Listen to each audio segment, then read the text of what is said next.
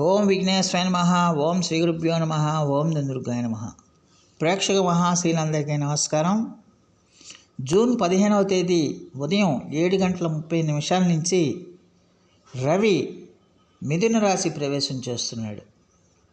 ఈ రవి మిథున రాశి ప్రవేశం చేయటం వల్ల కుంభరాశి వాళ్ళకి ఎలాంటి ఫలితాలు ఉంటాయన్న విషయాన్ని మనం గమనిద్దాం. ఈ కుంభరాశికి చెందిన జాతకులు అంటే ధనిష్ట నక్షత్రం 3-4 పాదాలు, శతభిషం నక్షత్రం 1-2-3-4 పాదాలు, అలాగే పూర్వభాద్ర నక్షత్రం 1-2-3 పాదాలకు చెందిన వ్యక్తులు ఎవరైనా సరే ఈ కుంభరాశికి చెందిన జాతకులై ఉంటారు. మరి ఈ కుంభరాశికి చెందిన జాతకులకి జూన్ నెల 15వ తేదీ వరకు కూడా రవి చతుర్థ స్థానంలో సంచారం చేస్తాడు. ఈ చతుర్థ స్థానంలో సంచారం చేయడం వల్ల ఖచ్చితంగా కూడా మరి వీళ్ళకి కుంభరాశి వాళ్ళకి జూన్ 15వ తేదీ ఉదయం నుంచి ఈ అర్ధాష్టమ రవి దోషం ఏదైతే ఉందో ఈ అర్ధాష్టమ రవి దోషం అనేది అది వీడిపోతుంది. ఈ అర్ధాష్టమ రవి దోషం వీడిపోవటం వల్ల కుంభరాశి వాళ్ళకి కొంచెం మానసికంగా వీళ్ళు కొంచెం స్థిమితపడడానికి ఎక్కువగా అవకాశం ఉంటుందన్న విషయాన్ని గమనించాల్సిన అవసరం ఎంతైనా ఉంటుంది. అందువల్ల ఎప్పుడైతే అర్ధాష్టమ రవిదోషం పోయిందో ఇంతకాలం మిమ్మల్ని పెట్టిన బాధలు అంటే మీకు అర్ధాష్టమ రవిదోషం వల్ల మీకు ఏర్పడిన సమస్యలన్నీ కూడా మీకు తీరుతాయన్న విషయాన్ని గమనించాల్సిన అవసరం ఎంతైనా ఉంటుంది. కొంచెం మానసికమైన ప్రశాంతత మీకు లభించడానికి ఎక్కువగా అవకాశం ఉంటుందనే విషయాన్ని గమనించాల్సిన అవసరం ఎంతైనా ఉంటుంది. సాధ్యమైనంత వరకు ఈ రాశికి చెందిన జాతకులకి ఎప్పుడైతే ఈ రవి అర్ధాష్టమ నుంచి పంచమ స్థానంలోకి వెళ్ళాడో ఈ పంచమ స్థానంలోకి వెళ్ళటం వల్ల ఖచ్చితంగా కూడా శుభకరమైన ఫలితాలనే ఎక్కువగా ఇవ్వడానికి అవకాశం ఉంటుందన్న విషయాన్ని గమనించాల్సిన అవసరం ఎంతైనా ఉంటుంది. అయితే ఇక్కడ ఒక విషయాన్ని గమనించాలి. మరి ఆరోగ్యం విషయంలో చిన్న చిన్న ఇబ్బందులు కానీ అలాగే కొంచెం అప్పుడప్పుడు అంటే మీకు పరిస్థితులు వెంటనే అనుకూలంగా రాకపోవడం కొంచెం నిరాశ నైరాశ్యాలు కానీ ఏర్పడడానికి ఎక్కువగా అవకాశాలు ఉంటాయి. అలాగే స్నేహితుల విషయంలో కూడా ఈ రాశికి చెందిన జాతకులు అంటే మీరు ఎవరినైతే నమ్ముతున్నారో ఎవరినైతే పూర్తిగా భరోసా ఉంచి మీరు ముందుకు వెళ్తున్నారో వారి పట్ల కూడా ఈ రాశికి చెందిన జాతకులు కొంచెం జాగ్రత్తగా ఉండాల్సిన అవసరం ఎంతైనా ఉంటుందన్న విషయాన్ని గమనించాల్సిన అవసరం ఎంతైనా ఉంటుంది. అలాగే సంతానానికి సంబంధించి కూడా మీరు వాళ్ళ యొక్క చదువులకు సంబంధించి కానీ లేకపోతే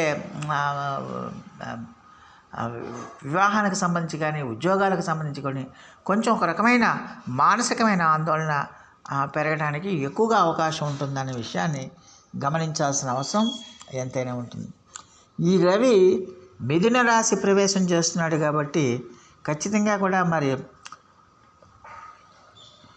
ఈ మిథున రాశి ప్రవేశం చేస్తున్నాడు. ఈ మిథున రాశి ప్రవేశం చేస్తున్నప్పుడు మరి అక్కడ ఖచ్చితంగా కూడా ఆ మిథున రాశిలోకి ఆల్రెడీ అక్కడ శుక్రుడు బుధుడు ఉన్నాడు.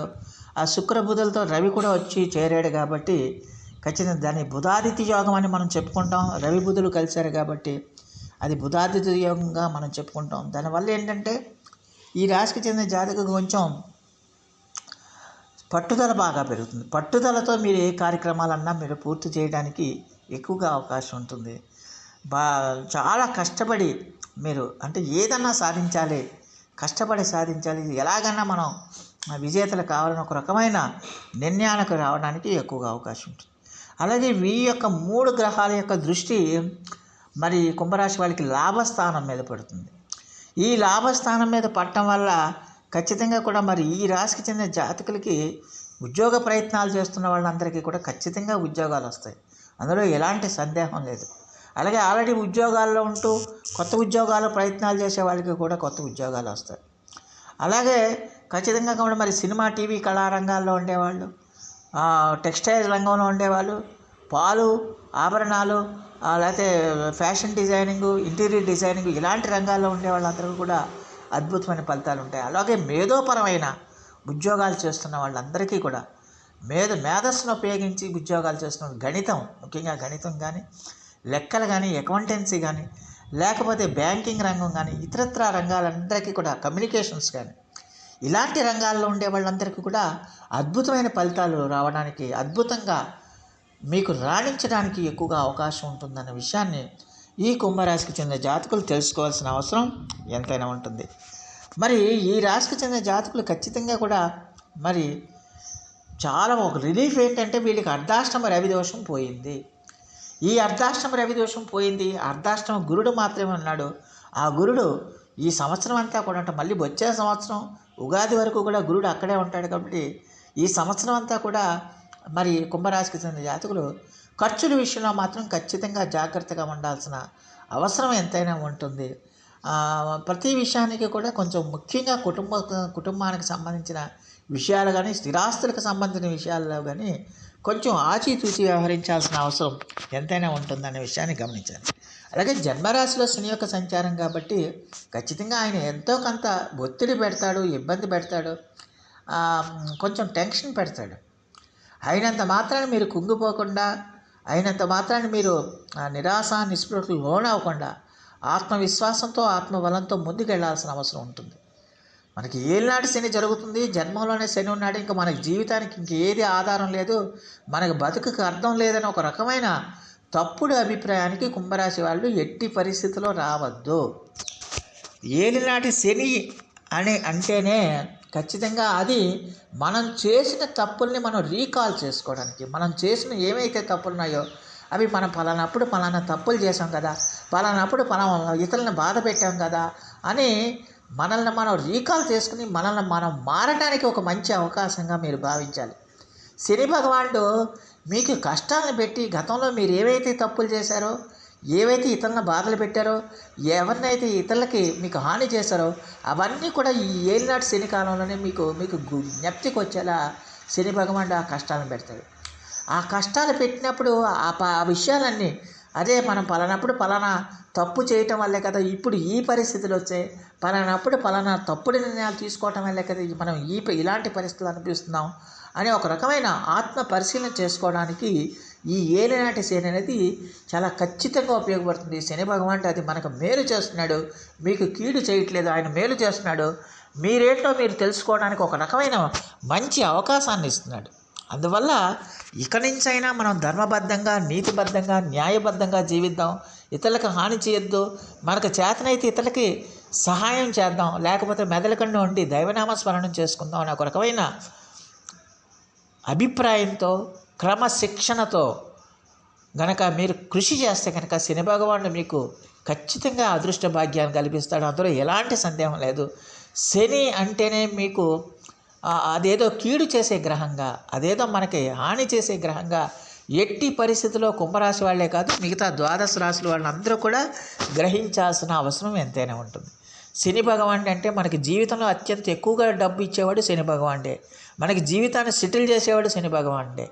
అందువల్ల మీరు అంతకుముందు చేసిన కర్మకారకుడు కాబట్టి శని భగవానుడు మీరు చేసిన కర్మకు విధంగానే మీకు ఫలితాలను ఇస్తాడు. కాబట్టి గతంలో మనం ఇతరులకు మనం కొన్ని ప్రాబ్లమ్స్ ఇతరుల్లో మన వల్ల తప్పులు జరిగినాయి కాబట్టి ఆ తప్పులకు తగ్గ శిక్షణ ఇప్పుడు అనుభవిస్తున్నాం.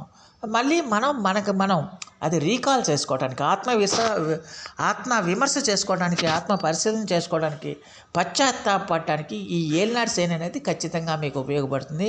అందువల్ల ఎట్టి పరిస్థితుల్లో కూడా శని భగవానుడి మీరు ఎట్టి పరిస్థితుల్లో కూడా తోలనాడే ప్రయత్నం ఎట్టి పరిస్థితుల్లో మీరు చెయ్యకండి. శని భగవానుడిని మీరు దైవంగా ఆరాధించండి, ఖచ్చితంగా ఆయన అనుగ్రహ వర్షం కురిపిస్తాడు.